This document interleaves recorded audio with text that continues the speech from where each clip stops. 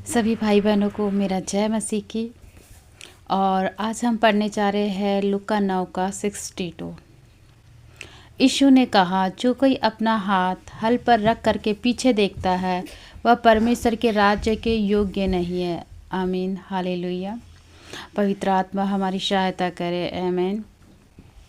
यह प्रभु क्या कहना चाह रहे हैं कि किस बातों के और कामों का अयोग्य कह रहे हैं परमेश्वर। जब हम मसीह यीशु को अपना उद्धारकर्ता ग्रहण करते हैं तो हमें अपना पुराना मनुष्यत्व त्याग देते हैं, जो सांसारिक है। फालतू की बातें करना, हमारा बोलचाल, हमारा उठना बैठना, हर प्रकार के चाल चलन जो संसार को दर्शाता है, इन सब को त्याग कर प्रभु में आगे बढ़ना और उसकी तरह बनना। इसका मतलब ये नहीं कि हम संसार से निकल कर जंगल में जा कर के तप करने ले, नहीं, बल्कि संसार में आप रहो, पर संसार आपके अंदर नहीं हो, तो ये ओरिजिनल त्याग है। अकेले रहकर तो कोई भी आपकी अपनी इच्छाओं को मार सकता है, लेकिन जब हम संसार में रह कर के उन चीज़ों का त्याग करते हैं जो हमें प्रलोभन देती है, अभिलाषाओं में फंसाती है, और हम उन सारी इच्छाओं को मार करके परमेश्वर की और उनकी आज्ञा की ओर आगे बढ़ते हैं, तो वो ओरिजिनल हमारे लिए त्याग होता है और परमेश्वर की राज्य खोज करना होता है। 2 कुरिन्थी 5:7 में लिखा है, इसलिए कोई मसीह में है तो वह नई सृष्टि है, पुरानी बातें बीत गई, देखो सब बातें नई हो गई है। तो जब हम मसीह को अपना उद्धारकर्ता ग्रहण कर लेते हैं और जब हम ऐसा करते हैं तो हमारा जीवन भी बदल जाता है, हमारी सोच, हमारी समझ, हमारी परख, बहुत सारी चीज़ें, हमारा चाल चलन बदल जाना चाहिए। हम इसके बारे में थोड़ा डिटेल में जानते हैं। जब हम पिता, पुत्र और पवित्र आत्मा के नाम से बपतिस्मा लेते हैं तो अब हम पहले की तरह नहीं होते हैं। हम पानी में डूबकर वो यीशु के साथ मारे गए, लेकिन जब हम पानी में से बाहर निकलते हैं तो हम एक नया जीवन यीशु के साथ में नया जीवन जी गए हैं। जैसे वो हमारे लिए क्रूस पे मारा गया और गाड़ा गया और तीसरे दिन जी उठा, वैसे ही हम जब पानी में डूब करके हम बपतिस्मा लेते हैं तो जब हम डूबते हैं तो अपना जो पुराना सांसारिक स्वभाव होता है हम उसे अपने साथ में पानी में डुबो के मार देते हैं, लेकिन जब हम पानी से बाहर निकलते हैं तो हम यीशु को ग्रहण कर लेते हैं, उसके स्वभाव को ग्रहण कर लेते हैं और एक नया जीवन जीते हैं। इसलिए हे प्रियो, अब पीछे मुड़ करके देखने का नहीं समय है। हम पीछे मुड़ करके नहीं देख सकते।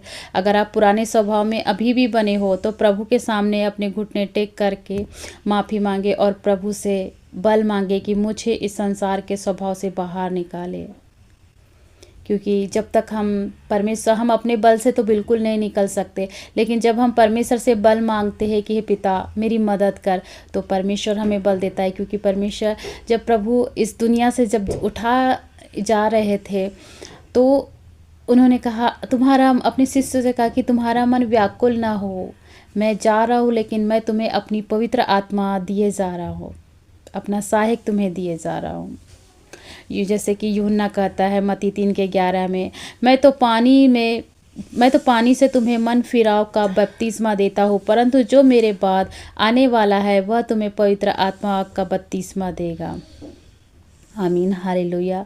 पानी में डूबने से हमें एक मन को फिरने का एक अवसर मिलता है कि हम अपने मन फिराव कर सकते हैं।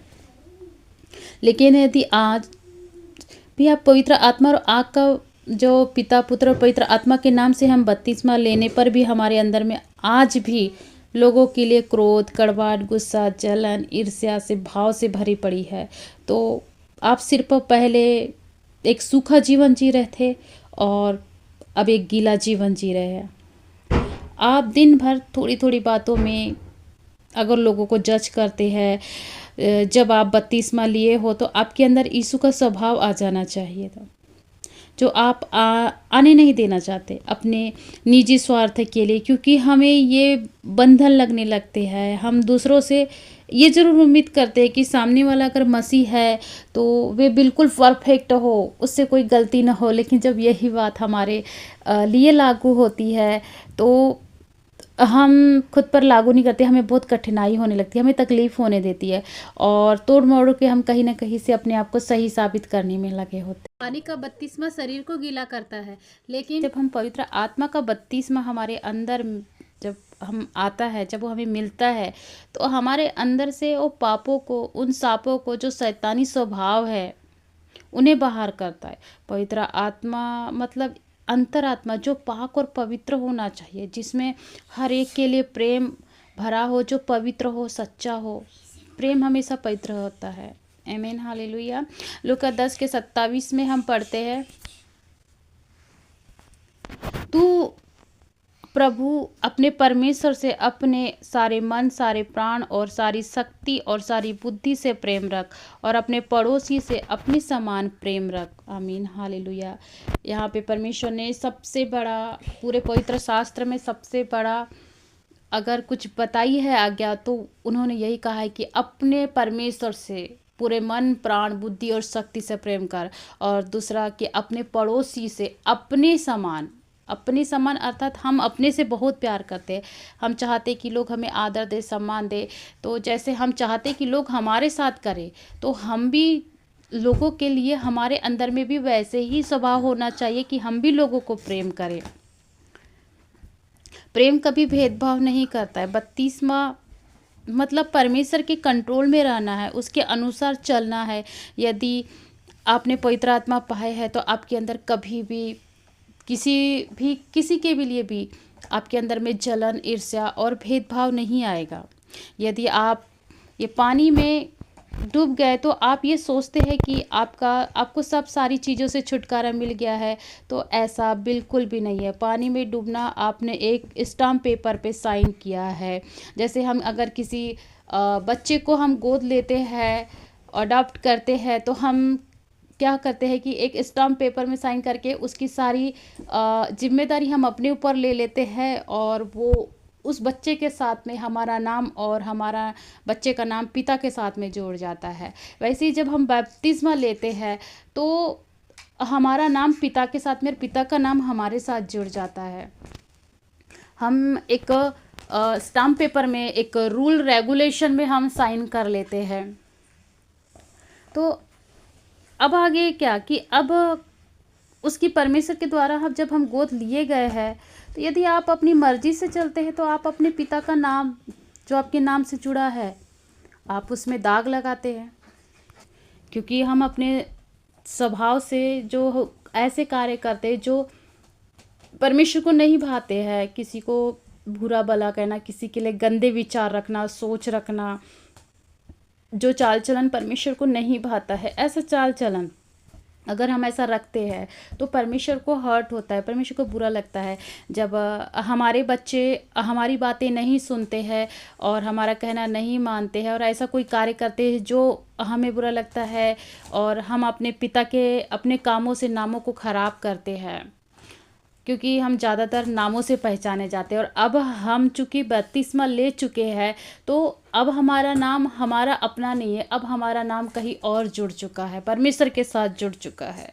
तो हम अपने व्यवहारों से परमेश्वर के नाम को हम खराब नहीं कर सकते। तो हमारा कर्तव्य है कि हम परमेश्वर की आज्ञा के अनुसार चलें। हम परमेश्वर के रूल्स को नहीं तोड़ सकते। अगर हम तोड़ते हैं, तो हम बगावत करते हैं परमेश्वर से, और जब हम बगावत करते हैं, तो हम एक नर्क भरा जीवन जीते हैं अपनी अभिलाषाओं में पड़ करके। और यही हमें परमेश्वर बता रहा है कि जब आप आगे बढ़ चुके हैं, जब आपने अब उस हल पे हाथ रख लिया है, तो अब पीछे मुड़ करके देखने की कोई गुंजाइश नहीं रहती है। और परमेश्वर इसीलिए कहते हैं कि अपना क्रूस खुद उठाओ। तो परमेश्वर आप सभी को आशीष दे।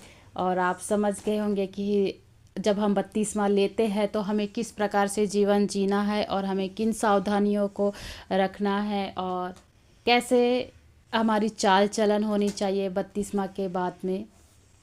तो अगर आपने आशीष पाई है, तो पक्का मुझे बताइए, कमेंट करके हालेलुया लिखिए।